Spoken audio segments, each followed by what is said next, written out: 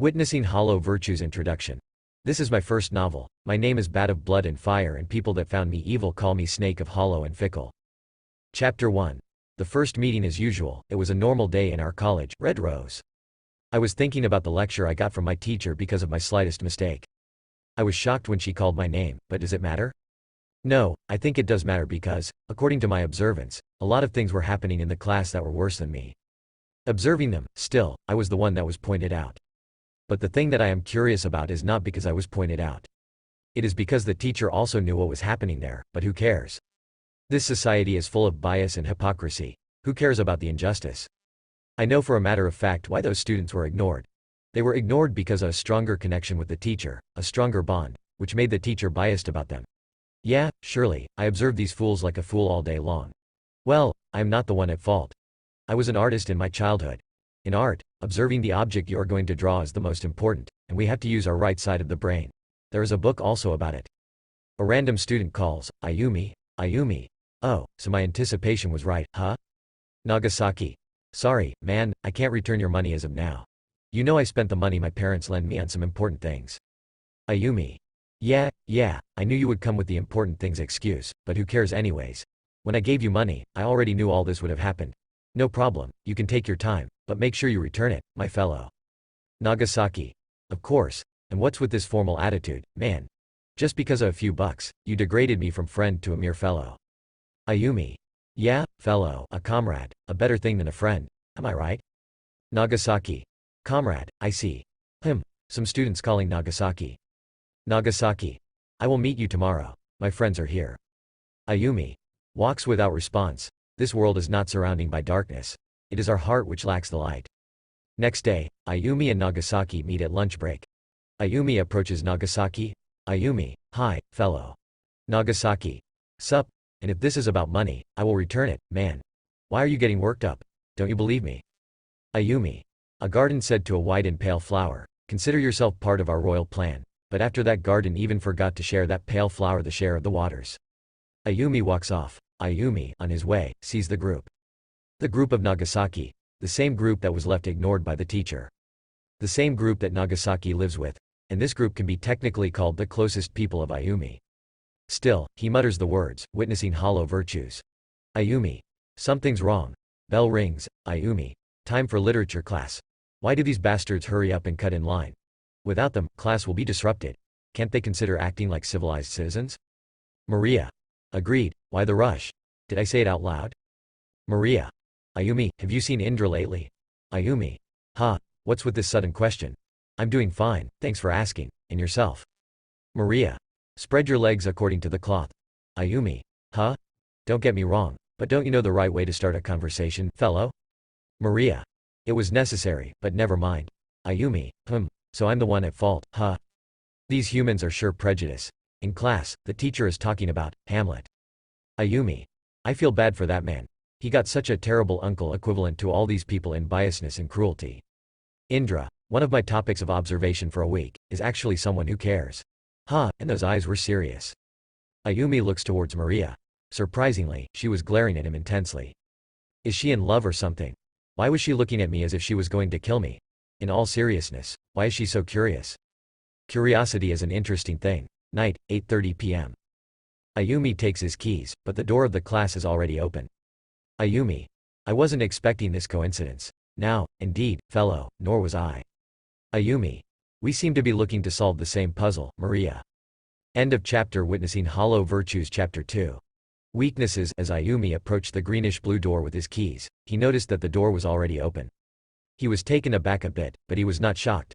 There, he saw Maria in her school uniform, with her small-sized hair and graceful eyes, with her expression being as curious as ever. Now, it was the time for them to decide who will speak first, and it was Maria who muttered the words with a calm voice. I guess you are curious after all. Ayumi replied, the thing is not being me the curious one. It is you being a ghost and wandering in the class as it is your bedroom, he said with a dominating tone. Maria replied, well, I was just waiting for you to discuss some things about Indra and his disappearance. Ayumi, after hearing the response of Maria, said calmly, it doesn't matter. I am just here to take my notes, I think I forgot. But you, what are you trying to accomplish here, waiting for me? What are you on about? In simple words, you are even a more complex case than Indra. First of all, why are you even persuading me in this thing? Even if it is, you can talk it off with your friends or inform the teacher. Why me? And even if I can be a big help in them, how strange are your methods of persuading? And the last and most important thing, what do you have to do with Indra that you are so worried? Is he your crush or your lost brother? Maybe he reminds you of your childhood friend. Oh, how stupid I am. Maybe he is your childhood friend, with a sarcastic tone. Maria responded with a calm and collected voice, laughing, ha ha ha. That's a good way, Ayumi, to satisfy one's own incompetence. I had an idea. You were a bit on the feminine side, but hell no, you were this big of a loser. I didn't expect that, she spoke with curiosity. No, I mean, what is with even these questions that you posed when you know the objective clear and well? And don't say that you are here for the notebook. I know for sure that you are here to check on clues for Indra's case. Where is he? What is happening? Is the group of elites behind it? I know it very well. You were here to clear your doubts, but as soon as you saw me, a helpless, fragile, graceful lady in solitude, hoping to find the clues, you tried to abandon the idea of observing any further because you are that type of artist who only observes his subject but never takes action and says when he gets failure, it doesn't matter anyway. You are that type of person. Ayumi responds with a calm but disheartened tone, so, I am the one at fault this time too. With the looks of Maria, it seems that she regrets something she said. She wants to be opening her mouth to say the word, I apologize. I said too much, but she is unable to. Both stare at each other for 30 seconds with a hopeless look, and then Ayumi walks away, his eyes gazing at the floor. He walks at a pace of a human who had just seen his failures before his eyes. He thinks inside his head again and again, it doesn't matter. And then he exits the School of Mysteries through a door instead of a gate, the door being plain and blue. This day passed and morning arrived. Ayumi reached his school later than usual, his confidence shaken with the fear of seeing his failure again, and the fear that his weaknesses would be talked about. He was afraid that he would be the one committing hollow virtues and others would be witnessing it. He reached his class slowly, his eyes gazing at the floor, and sat on his chair. He thought he was looking too down, and then his fellow classmate Ren mentioned it. At that sudden moment, Ayumi got fresh. The reason was not because he was motivated by Ren's words or worried about people noticing. It was because of a person named Rem. He was also in Nagasaki group, a boy shorter than average but cute and cheerful. He was a popular boy both among girls and boys because of his cheerful and kind personality, but something about him was off, and Ayumi suspected it was because of Indra. As Maria mentioned, Ayumi was just clearing his doubts. Ayumi had doubts about the group and their involvement. He did not think Indra not showing up at school was normal. Ayumi thought there was a way bigger and complex picture behind it. Ayumi responded to Ren in a denying tone. No, I just hadn't had breakfast today, that's why my energy levels are down. Ren replied, oh man, just hold on a bit. I can treat you and break. Ayumi replied in a happy tone, no man, it's fine. I will manage. Ren insisted, and Ayumi accepted the offer. Ayumi did not accept it because of Ren's assistance. It was already in his mind to accept the offer to observe them. With Ren, Nagasaki, and other group members, Ayumi would also be able to observe them. Time passed, and break time came. Ren ran to Ayumi and said in a hurried and disappointing voice, sorry man, I will not be able to treat you. Something came up. Ayumi replied in a soft tone, it's all right man, no problem.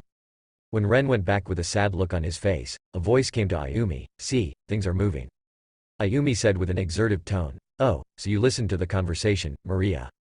Maria replied, yes, Ayumi, and if you don't mind, I can treat you. Ayumi was silent for 30 seconds, then he said, all right, let you treat me. Ayumi did it because he thought Maria and he should talk with detail and depth to understand what's going on. But no, this is what it seems. Actually, he agreed to Maria because she's his next subject of observation. She is the next step for him to see what is human nature, what is trust, and what are relationships. She's just an object that Ayumi will observe to draw the painting of humanity. Maria said, hurry up, we are getting late. Ayumi walked with Maria with a refreshed look on his face. End of chapter.